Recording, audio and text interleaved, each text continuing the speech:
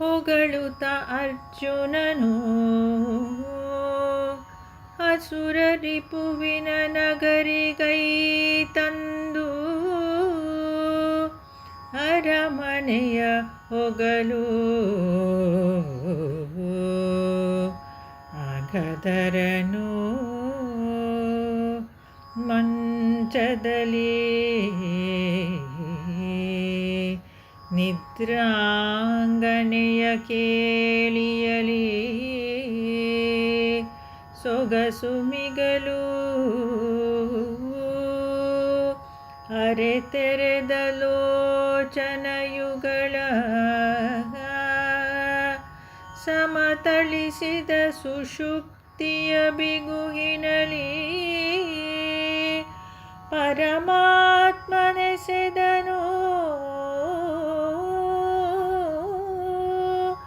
ಭ್ರಾಂತಿಯೋಗದಲ್ಲಿ.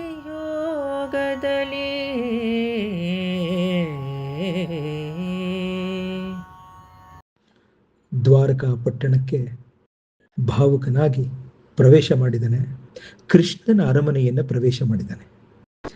ಕೃಷ್ಣ ಏನು ಮಾಡ್ತಿದ್ದಾನೆ ಆ ಸಮಯದಲ್ಲಿ, ಹೇಗಿದ್ದಾನೆ ಚಿತ್ರಿಸ್ತಾನೆ ಸ್ನೇಹಿತರೆ. ನಮ್ಮ ಕನ್ನಡಮನ ಕಂದ ಕುಮಾರವ್ಯಾಸ ಚಿತ್ರಿಸ್ತಿದ್ದಾನೆ.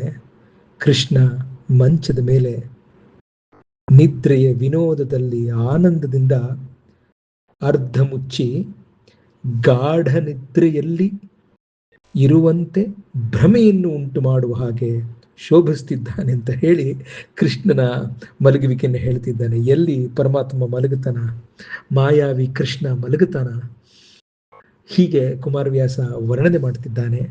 ಮಂಚದ ಮೇಲೆ ನಿದ್ರೆಯ ವಿನೋದದಲ್ಲಿ ಆನಂದದಿಂದ, ಅದೇ ರೀತಿ ಪದಗಳನ್ನು ಉಪಯೋಗಿಸಿರುವಂಥದ್ದು ಇಲ್ಲಿ.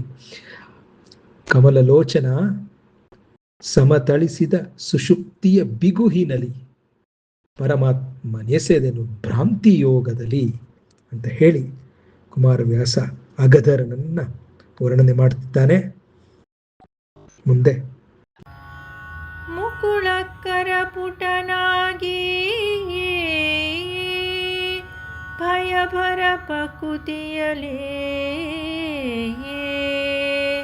ಕಲಿಪಾರ್ತನೋ ಅಬುಜಾಂಬಕನ ನೆಪ್ಪಿಸಲಮ್ಮದೇ ಒಯ್ಯನೆ ಚರಣ ಸೀಮೆಯಲೇ ಅಕುಟಿಲನು ಸಾರಿದನು ಬಳಿಕಿ ವಿಕಳ ದುರ್ಯೋಧನನು ನಿಗಮ ಪ್ರಕರ ಮೌಳಿಯತ್ತಲು ಸಾರ್ದು ಮಂಡಿಸಿದ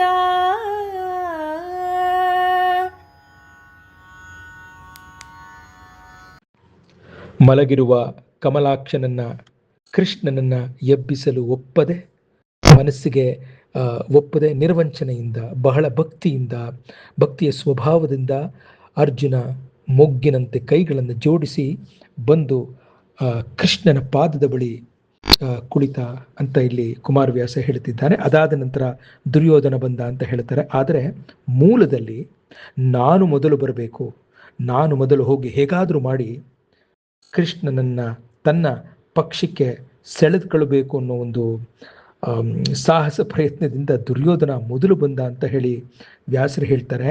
ಅವನು ಬಂದು ಹೇಗೆ ಗೊತ್ತಾ, ಅಂದರೆ ಇಲ್ಲಿ ಇವರಿಬ್ಬರ ಸ್ವಭಾವ, ಇವರಿಬ್ಬರ ವ್ಯಕ್ತಿತ್ವ ಎಲ್ಲವನ್ನ ತುಂಬ ಚೆನ್ನಾಗಿ ವ್ಯಾಸರು ಇಲ್ಲಿ ಚಿತ್ರಿಸಿದ್ದಾರೆ. ತಲೆಗಿಂತ ಸ್ವಲ್ಪ ಮೇಲಕ್ಕೆ ಬಂದು ಕುಳಿತುಕೊಳ್ತಾನಂತೆ, ಗಟ್ಟಿ ಟಿವಿಯಲ್ಲಿ ಕುಳಿತುಕೊಳ್ತಾನಂತೆ, ಎತ್ತರದ ಪ್ರದೇಶದಲ್ಲಿ ಕುಳಿತುಕೊಳ್ತಾನೆ ಅಂತಂತ ದುರ್ಯೋಧನನ ವರ್ಣನೆ ಮಾಡಿದ್ರೆ, ಇನ್ನು ಕಿರೀಟಿ, ಅರ್ಜುನನಿಗೆ ಇನ್ನೊಂದು ಹೆಸರು ಕಿರೀಟಿ. ಇಂದ್ರ ಆತನ ಅರ್ಧ ಸಿಂಹಾಸನವನ್ನು ಕೊಟ್ಟಿದ್ದ ಅಲ್ವಾ, ಕಿರೀಟಿ ಬಂದು ಅವನ ಪದತಳದಲ್ಲಿ ತನ್ನ ವಿಶಾಲವಾದ ದೃಷ್ಟಿಯಿಂದ ಪ್ರವೇಶ ಮಾಡಿದ್ದಾನೆ. ಮತ್ತು ಅಲ್ಲಿ ಬಂದು ಕೂಡ ಕಾಲಿನ ಬದಿಯಲ್ಲಿ ಕುಳಿತುಕೊಳ್ಳುವಂಥವನು ದೇಹವನ್ನು ಬಗ್ಗಿಸಿ ಕೈ ಮುಗಿಸಿ ನಿಂತ ಅಂತ ಹೇಳಿ ವ್ಯಾಸರು ಹೇಳ್ತಾರೆ. ಇಲ್ಲಿ ಕುಮಾರವ್ಯಾಸ ಮೊದಲು ಅರ್ಜುನನಿನ ಬಂದ ಅಂತ ಹೇಳ್ತಾರೆ. ಅದಾದ ನಂತರ ಇವನು ದುಷ್ಟನಾದ ದುರ್ಯೋಧನ ಬಂದ, ವೇದಗಳ ರಾಶಿಗೆ ಕಿರೀಟಿಯಂತಿರುವ ಕೃಷ್ಣನ ತಲೆ ಬಳಿ ಬಂದು ಕುಳಿತುಕೊಳ್ತಾ ಅಂತ ಹೇಳಿ ಕವಿ ವರ್ಣನೆ ಮಾಡ್ತಾನೆ. ಮುಂದೆ